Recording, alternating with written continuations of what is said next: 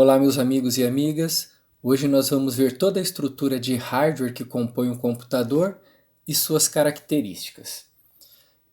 Nessa imagem nós temos a estrutura básica do hardware de um computador, onde são apresentados o monitor, o gabinete, essa estrutura, e dentro do gabinete nós temos uma grande quantidade de hardware que também compõe toda a estrutura de funcionamento do computador, teclado e mouse.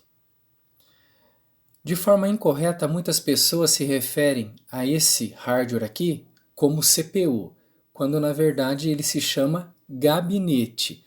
O CPU ele se encontra dentro do gabinete juntamente com outros hardwares. O computador ele é formado por dispositivos de entrada e dispositivos de saída. Dispositivos de entrada são todos aqueles onde o operador do computador ou o usuário do computador insere informações para que elas sejam processadas e depois apresentadas em dispositivos de saída. Dispositivos de entrada nós podemos ter como exemplo o teclado e o mouse, onde o usuário ou operador do computador insere as informações. Consequentemente, um dispositivo de saída, nós temos o monitor, que apresenta as informações processadas. Outros dispositivos de entrada que nós podemos citar seria o microfone, o DVD, onde nós inserimos no leitor de DVD. Já os dispositivos de saída, além do monitor, nós podemos citar a caixa de som, que ela transmite um áudio de um arquivo já processado. Podemos também citar como exemplo de dispositivo de saída a impressora, onde as informações elas são apresentadas de forma impressa, dentre outros. Essa é a imagem de um gabinete que nesse caso não tem nenhum tipo de hardware dentro, ele está sem a tampa para que possamos visualizar todo o seu interior. Fazendo uma analogia a um móvel doméstico, ele funciona basicamente da mesma forma que um guarda-roupa, mas aqui ele guarda os hardwares do computador e cada qual tem a sua localização específica. Nós temos um espaço para o disco rígido, um espaço para o gravador de CD ou DVD, espaço para a placa-mãe e demais dispositivos que envolvem o hardware. Ele não chega a ser um dispositivo essencial para que o computador possa entrar em funcionamento. A ausência de um gabinete não interfere no funcionamento do computador. Ele pode ser utilizado todo o seu hardware sem o gabinete. A única diferença é que esse hardware fica totalmente sem proteção e necessita de um espaço maior para a sua montagem. Aqui nós temos a placa principal, popularmente conhecida como placa-mãe.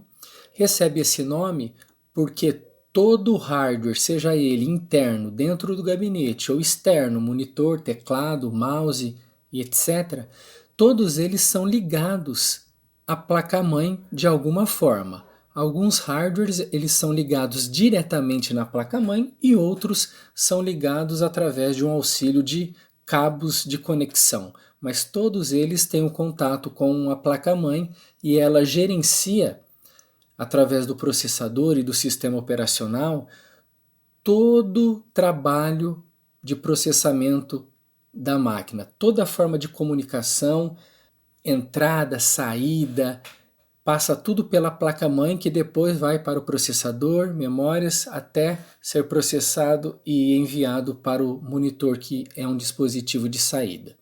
Esse modelo de placa-mãe é um modelo de placa on-board, onde todas as demais placas que compõem o equipamento estão acopladas a essa placa principal, a essa placa-mãe, através de dispositivos eletrônicos que executam todo o trabalho de uma placa off-board, que nós já vamos explicar certinho o que vem a ser isso. Temos aqui as saídas para os dispositivos: monitor, impressora, portas USBs, entrada de rede e as conexões de áudio.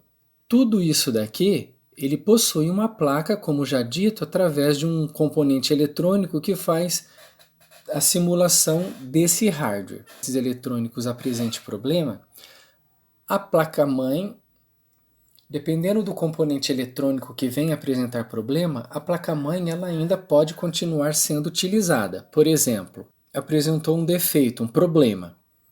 Para solucionar esse problema, ou a pessoa encaminha essa placa para uma assistência técnica que tenha todos os aparelhos necessários para realizar a manutenção, ou então ela compra numa loja de informática uma placa de vídeo, no exemplo que eu estou dando aqui, off-board, é aquela placa de vídeo que não vem acoplada à placa-mãe, e faz o encaixe, faz a conexão dela em um desses dois slots, em um desses dois dispositivos que recebem o nome de slots.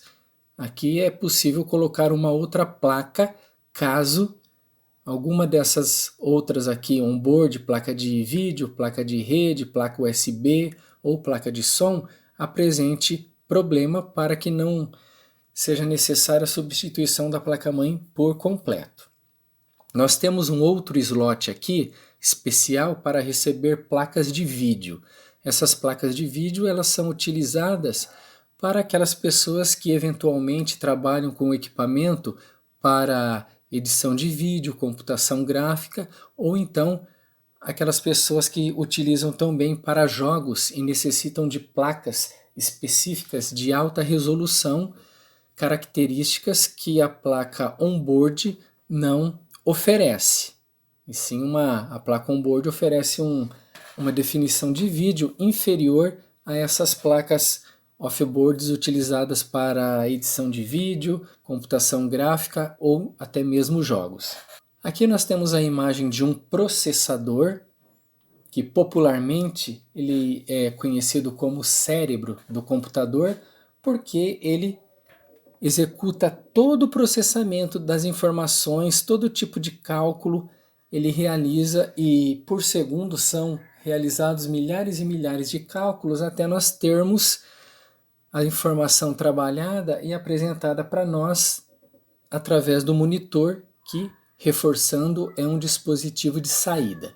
Nessa outra imagem nós temos a parte inferior do processador, onde são apresentadas umas sequências de pinos que são conectados na placa principal, na placa-mãe, instalado o processador. Aqui nós temos o soquete, o processador ele é inserido nesse soquete e existe uma pequena alavanca que faz com que o processador fique perfeitamente afixado, de modo a evitar qualquer tipo de mau contato. Voltando lá na imagem do processador, próxima tela, nós temos o cooler.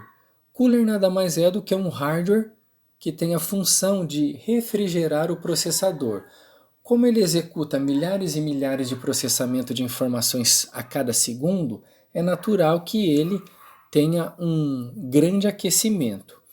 E para que ele não danifique ou comece a travar, é necessário que exista esse dispositivo que faz a refrigeração do processador.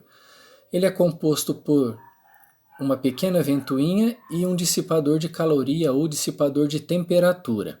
Acoplado em cima do processador, o processador ele tem o seu aquecimento, parte desse aquecimento é transferido para esse dissipador e a ventoinha ela é acionada a partir do momento que o computador é ligado e fica girando continuamente, refrigerando esse dispositivo. Portanto, o processador aquece, transfere parte da caloria para esse dissipador, ele é refrigerado e novamente absorve a caloria do processador, refrigerado novamente e assim por diante, evitando dessa forma que o processador tenha problemas de travamento ou até mesmo queime. Memória RAM, que é uma sigla RAM, Random Access Memory, memória de acesso aleatório. Temos aqui a imagem da memória RAM. Claro que ela tem vários modelos e cada modelo tem uma aparência física diferente. Alguns são mais compridos, outros são mais estreitos. E também popularmente é conhecida como pente de memória, exatamente pela característica, por ser muito semelhante a um pente, onde os contatos aqui são parecidos com pequenos dentes. Mas tecnicamente nós conhecemos esse dispositivo como módulo de memória. E como que funciona o módulo de memória RAM? Ele é acoplado na placa-mãe, vamos voltar lá a imagem da placa, nesses dispositivos aqui chamados de banco de memórias. A memória é encaixada e travada por essas pequenas alavancas aqui. Retornando lá a imagem da memória RAM, a partir do momento que o computador ele é ligado, as informações básicas para o funcionamento tanto do sistema operacional quanto dos demais aplicativos a serem usados pelo operador do computador, pelo usuário do computador, esses arquivos principais eles são carregados nesta memória RAM e vai ocupando o espaço necessário para o funcionamento do software. Quando ele é ligado inicialmente, executa o processo de inicialização, arquivos essenciais para o sistema operacional eles são carregados em parte dessa memória RAM.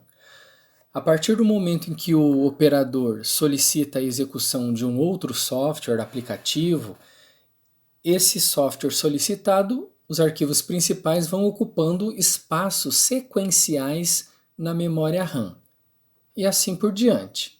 Essas informações elas são mantidas na memória RAM enquanto o usuário estiver utilizando o aplicativo. A partir do momento em que ele fecha o aplicativo utilizado, espaço na memória RAM é liberado e quando o computador for desligado, automaticamente todas as informações contidas na memória RAM, elas são esvaziadas. A memória RAM fica totalmente livre de qualquer tipo de arquivo.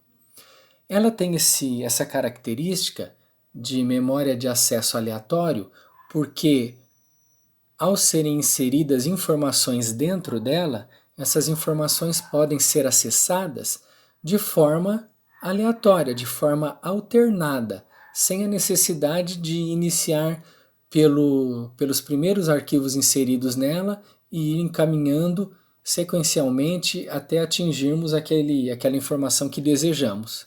Não. Se eu estiver acessando através do sistema operacional uma informação que está alojada no início da memória, nada me impede de diretamente ir até a outra parte final da memória, onde estão alojados os últimos arquivos, sem a necessidade de acessar os outros arquivos que se encontram nesse meio do caminho, na memória. Por isso, ela tem essa característica de memória de acesso aleatório e só armazena as informações enquanto o computador estiver ligado ou enquanto o aplicativo estiver em funcionamento. Um outro modelo da memória RAM. Agora nós vamos falar sobre a memória ROM, Read Only Memory, memória somente de leitura. Diferentemente da memória RAM, a memória ROM ela possui informações armazenadas nela pelo fabricante da placa, que recebe o nome de firmware. Esse firmware ele possui uma sequência que deve ser seguido todas as vezes que o computador é ligado para que ele possa inicializar de forma adequada, inicializar corretamente. A partir do momento em que o computador termina o processo de inicialização, as informações contidas na memória ROM cumpriu o seu papel e dali para frente é o operador que determina o que o computador deve executar. A memória ROM ela não tem a mesma aparência física da memória RAM. Ela nada mais é do que um componente eletrônico que recebe as informações onde o fabricante armazena essas pequenas informações, que como já dito recebe o nome de firmware, e não pode ser mais alterada, modificada, nem acrescentado, nem retirado nenhum tipo de conteúdo. Naturalmente que programadores com conhecimento avançado conseguem realizar alterações nessa memória ROM, mas é necessário muito cuidado porque qualquer comando incorreto pode aí prejudicar todo o funcionamento de uma estrutura de hardware. As informações contidas na memória ROM, elas são interpretadas pelo equipamento como se fosse uma receita. A receita nós temos o título, os ingredientes e o modo de preparo. As informações armazenadas na memória ROM funcionam basicamente como uma receita que deve ser seguida passo a passo. Todas as vezes que o computador é ligado, cada linha de comando é analisada pelo equipamento e, estando tudo correto, vai indo para a próxima etapa até que seja atingida e executada a última instrução. É exatamente como funciona uma receita. Mesmo que uma pessoa nunca tenha feito aquela receita, se ela segue etapa por etapa adequadamente, ela consegue atingir um resultado final bastante satisfatório. Caso contrário, se ocorrer algum tipo de problema enquanto as instruções armazenadas na memória ROM são realizadas, automaticamente o equipamento não consegue concluir a inicialização. A imagem de um modelo de memória ROM, um componente eletrônico, um outro modelo e um terceiro modelo. Muitas memórias ROMs são também chamadas pelo grande público de BIOS ou então de memória flash. Agora nós temos a fonte de alimentação. Essa fonte é um hardware que fica alojado internamente ao gabinete, onde nós temos a visão na parte traseira e superior desse gabinete apenas dessa imagem aqui. Todo o restante fica oculto por estar dentro do gabinete. A fonte de alimentação ela tem a tarefa de reduzir e retificar a tensão vinda da rede elétrica. Aqui vai um cabo ligado na tomada elétrica e essa tomada elétrica ou vai ter 127 volts ou 220 volts. Essa tensão ela entra na fonte, é processada, retificada e transformada num valor menor, e através desse conector acoplado à placa principal, a placa-mãe, toda a tensão é distribuída nos outros hardwares através de cabos ou através da própria placa-mãe. Temos o gravador ou leitor de CD, DVD. É um hardware que nos dias atuais já está saindo de linha. Alguns modelos de computadores já não vêm acompanhado do gravador de CD e DVD, justamente pelo fato de uma tecnologia mais recente já estar substituindo esse hardware. Instalado no gabinete, na parte frontal, nós temos a visão apenas da entrada. Já o corpo do hardware também fica oculto dentro do gabinete e ele é parafusado no mesmo para que fique fixo ao hardware. Temos agora o disco rígido, conhecido como hard disk ou simplesmente HD, a sigla. Traduzindo para o português, que é o disco rígido, né? Ao pé da letra seria disco duro. E ele é responsável pelo armazenamento de todos os softwares instalados no computador e os arquivos também criados ou baixados da internet, inseridos de alguma forma pelo operador do computador, pelo usuário. Ele armazena as informações por tempo indeterminado, ou se o usuário deseja excluir essa informação, ele deleta, mas caso contrário, enquanto o hardware não apresentar um problema físico, as informações elas permanecem armazenadas aqui por tempo indeterminado e não necessita da alimentação por energia elétrica para que essas informações fiquem armazenadas. Diferente da memória RAM, que como nós já falamos, a partir do momento que o computador é desligado, todas as informações contidas na memória RAM saem de lá, esvazia a memória.